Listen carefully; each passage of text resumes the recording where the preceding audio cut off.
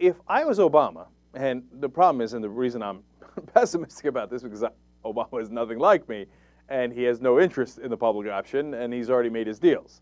So, but let me not get too discouraged in the middle of this. What would I do? I say, look, you know what? We're going to do this healthcare summit, right? That's coming up on the 25th. And it's all about bipartisanship. And so here's my new proposal. My proposal is that I'm going to accept 6 of your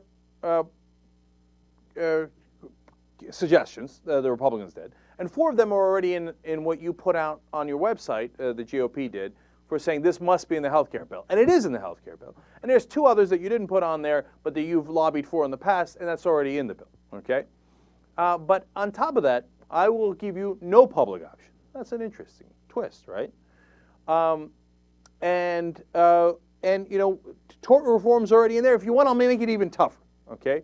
So I'll give you all this stuff, the stuff that we've already put in the bill, plus you get to kill the public option so there's no socialized government takeover of healthcare, et cetera, et cetera. I mean, I'm giving you everything you could want, right? But I need a commitment of only 5 Republican senators to vote for this thing. And I need a commitment before the vote, okay?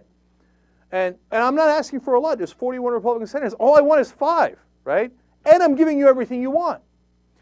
On the other hand, though, if I don't get those 5 senators and I don't get any of your votes, instead what we're going to do is we're going to put the public option in there.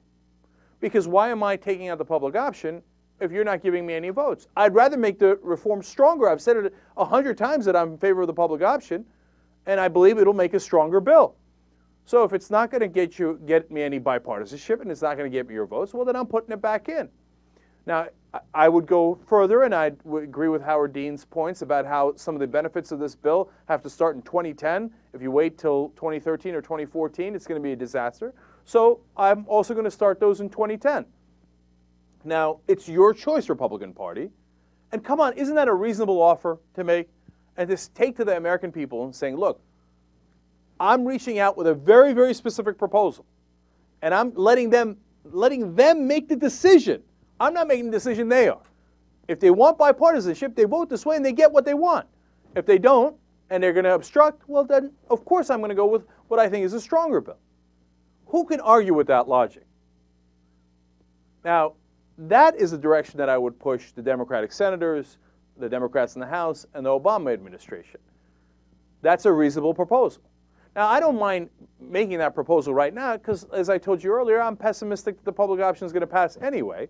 So, you know, if it turns out the Republicans take the deal, well, look, at least we got something passed, and I don't think the Democrats were going to do the public option anyway, right? But if it turns out that the Republicans don't play ball, which is much, much more likely, then all of a sudden, the public option is back on the table, and maybe it gets passed, and maybe the bill is actually real reform. It's a win-win for us. It would be a win-win for Obama. It'd be a win-win on the politics side. It would be a win-win on the policy side, given the current circumstances. Are they going to do it? Don't hold your breath.